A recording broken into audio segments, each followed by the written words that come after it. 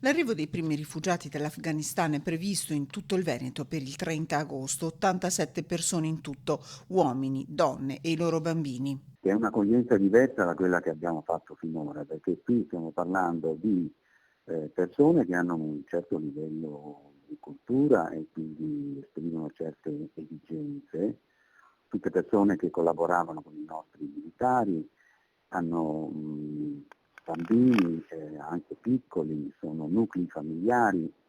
Un incontro soprattutto organizzativo, quello tra le 7 prefetture del Veneto, coordinate da Vittorio Zappalorto, prefetto di Venezia. Per queste famiglie, spiega, servono alloggi dignitosi. L'appello va a 360 gradi. Stiamo cercando di fare un appello anche ai militari perché mettano a disposizione tutto quello che c'è sul territorio del Veneto, parlo di palazzine che sono state dismesse anni fa o altri tipi di residenze che possono essere in grado di accogliere in maniera dignitosa queste persone.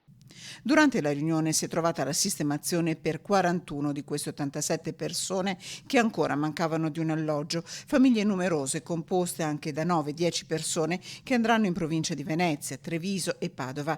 Intanto a Venezia il prefetto Zappalorto sta preparando una lettera per tutti i comuni. L'invito che faccio a tutti i sindaci è quello di rendersi disponibili, di rendere disponibili le strutture che hanno, qualsiasi tipo di struttura, e anche alle famiglie, ai singoli privati, di dare ospitalità a queste persone che hanno aiutato i nostri militari quando i nostri militari erano in situazioni di grave pericolo. Quindi si tratta di persone che hanno anche salvato la vita ai nostri militari. Il tavolo regionale si riunirà a metà settembre per fare il punto della situazione, ma è pronto a ritrovarsi in caso di emergenza. Anche la rotta balcanica preoccupa, come preoccupa la grande incertezza su numeri e date di arrivo di altre persone.